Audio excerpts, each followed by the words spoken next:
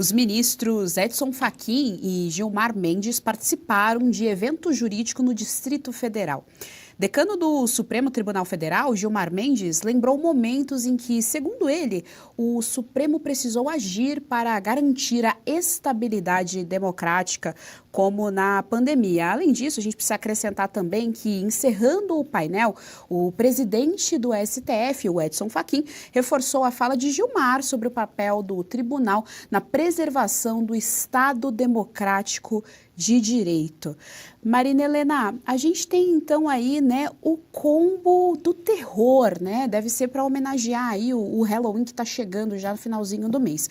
A gente tem o decano Gilmar Mendes. Eu gosto sempre de reforçar que foi uma indicação do FHC e olha o tamanho do problema institucional que nós temos do ponto de vista de como as regras do jogo funcionam, Marina Helena. Indicação do FHC, que sequer tem capital político hoje em dia, mas é decano da Suprema Corte, a gente sabe que apita bastante ali dentro do tribunal, falando de novo em Estado Democrático de Direito, e o Edson Fachin, que tentou chegar com aquele discurso mais ameno, tentando sinalizar um Edson Fachin paz e amor, mas na prática a gente sabe também que tem bastante cunho militante e político, tornando, portanto, a entidade STF política. Pois é, eles disseram que o STF foi emparedado pelos manifestantes, Geise, já parou para pensar nisso?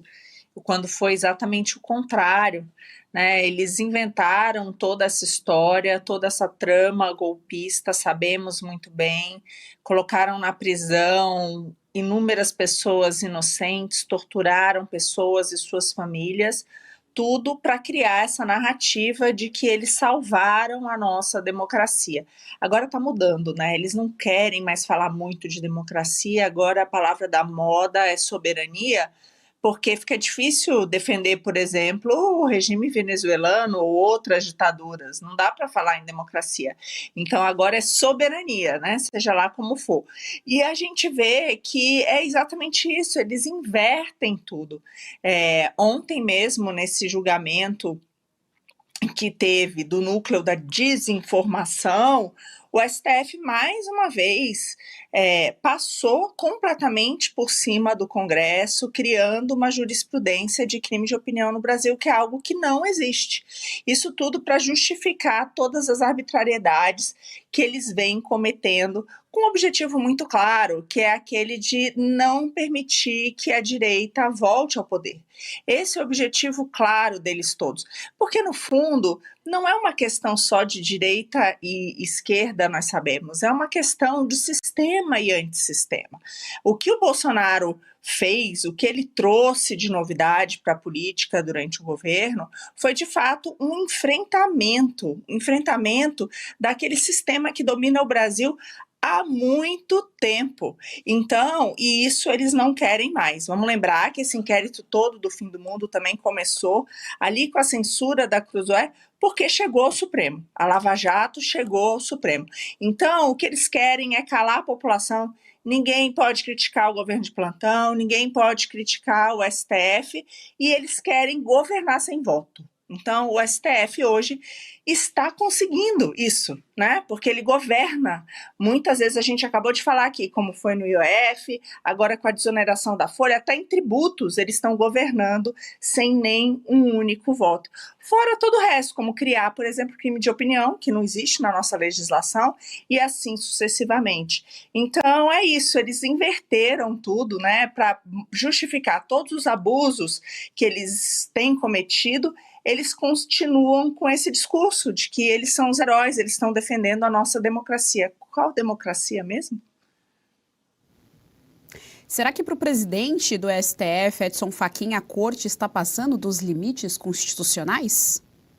E, obviamente, o que se passou no Brasil em 8 de janeiro de 2023, nomeadamente com um ataque à sede dos três poderes e um ataque inequívoco e frontal à ordem democrática brasileira. Por isso, uma Corte Constitucional não pode se despir do seu papel histórico, não está indo além dos limites do que a Constituição lhe defere, está cumprindo com seus deveres constitucionais. Serrão, a gente vê aqui então que na prática ele está repetindo exatamente o mesmo discurso do ex-presidente, o Luiz Roberto Barroso, que se aposentou inclusive no último sábado, pediu ali aquela aposentadoria precoce. Exatamente o mesmo discurso, aquela coisa de que foi um golpe, de que portanto não avançaram nenhum limite constitucional. Vale ressaltar ainda que o próprio Barroso admitiu que pediu ajuda, vamos aspear aqui, ajuda ao governo Biden, ao governo americano durante ali aquele período do 8 de janeiro, um pouquinho depois, porque de acordo com ele era ataque à soberania brasileira, à democracia e golpe de Estado. O pensador conservador católico G.K. Chesterton costumava dizer que toda convicção é uma prisão. E o Supremo Tribunal Federal ficou prisioneiro de uma convicção absolutamente equivocada em relação ao que aconteceu no Brasil. Eles apontaram que houve um golpe no 8 de janeiro porque foi conveniente para eles serem os repressores desse golpe, utilizarem aquele argumento para serem o tribunal que julgaria o caso que não caberia a eles julgarem hipótese nenhuma. Ali não havia crime de gente que cometeu por prerrogativa de foro de função. Não tinha ninguém ali com foro privilegiado para ter o caso julgado pelo STF. Seria o caso do 8 de janeiro, algo para a justiça comum brasileira, na sua primeira instância, avaliar. Então o Supremo já errou ali. Mas errou? Não. Acertou na visão do Supremo, que aquele momento era a hora de afirmar a supremocracia. Quem manda nesse jogo institucional no Brasil, naquele momento, era o Supremo. O Supremo estava dando as cartas. O Executivo ainda fragilizado, Lula ainda não tinha toda a força que está demonstrando ter agora e se preparando para a reeleição, então precisava desse papo do Supremo mandando.